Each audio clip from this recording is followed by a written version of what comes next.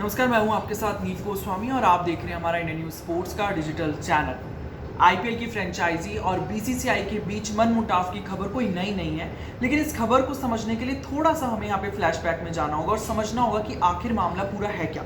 देखिए, बीसीसीआई को यहाँ पर बॉम्बे हाई कोर्ट यानी कि बॉम्बे हाई कोर्ट ने बीसीसीआई को यहाँ पे रिलीफ दिया है और एक बड़ा रिलीफ दिया है। हुआ क्या था कि 2012 में एक डिस्प्यूट हुआ था डेक्कन चार्जर्स जो फ्रेंचाइजी है, काफ़ी लोगों को याद होगा डेक्कन चार्जर्स जो 2009 का आईपीएल सीजन जीती थी, वो यहाँ पर फ्रेंचाइजी उसके बीच में और बीसीसीआई के बीच में एक डिस्प्यूट हुआ था, एक मैटर था जिसको लेकर बीसीसीआई ने जो डेक्कन चार्जर्स थी उसको टर्मिनेट कर दिया था। और इसी टर्मिनेशन को लेकर डेक्कन चार्जर्स यहाँ पर बॉम्बे हाई कोर्ट पहुंचा था कि हमें इस तरह से टर्मिनेट क्यों किया गया है, हमें बीसीसीआई को हमें पूरा मुआवजा चुकाना होगा और बीसीसीआई को हमें पूरा कंपनसेशन देना होगा। इसी के लिए जो बॉम्बे हाई कोर्ट थी उसने 2012 में एक आर्बिट्रेटर को अपॉइंट किया और इस आर्बिट्रेटर ने जब बीसीसीआई के खिलाफ रिपोर्ट सौंपी बॉम्बे हाई कोर्ट के जज को, तो इसने कहा कि जो बीसीसीआई है वो इस पूरे मैटर में कल्प्रिट है और बीसीसीआई को यहाँ पे 4800 करोड़ रुपए यानी कि 4800 करोड़ रुपए डेक्कन चार्जर्स और डीसीएचएल जिसकी कंपनी है डेक्कन चार्जर्स उसको देने होंगे।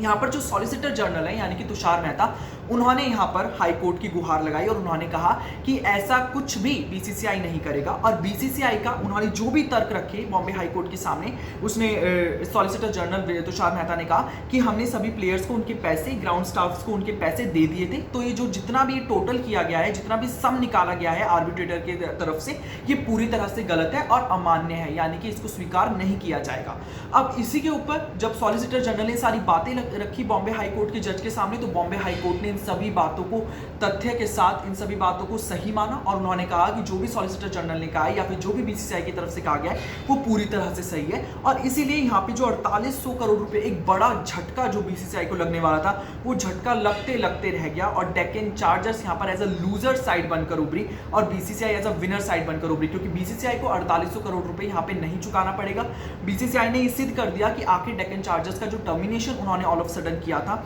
वो सही क्या था। हालांकि डेक्कन चार्जर्स ने कहा था कि हमारा जो 30 डे का एक्सपायरी, जो हमारा जो एक कॉन्ट्रैक्ट था बीसीसीआई के साथ, उस कॉन्ट्रैक्ट से एक दिन पहले हमें यहाँ पे टर्मिनेट किया गया, जो कि पूरी तरह से गलत था, हमें टाइम देना चाहिए था। लेकिन इन सभी तथ्यों को दूर करते हुए बॉम्बे हाई कोर्ट ने एक बड़ा रिलीफ यहाँ पर बीसीसीआई को दिया है और बीसीसीआई को इसी रिलीफ के चलते अब 4800 करोड़ रुपए नहीं चुकाने होंगे। तो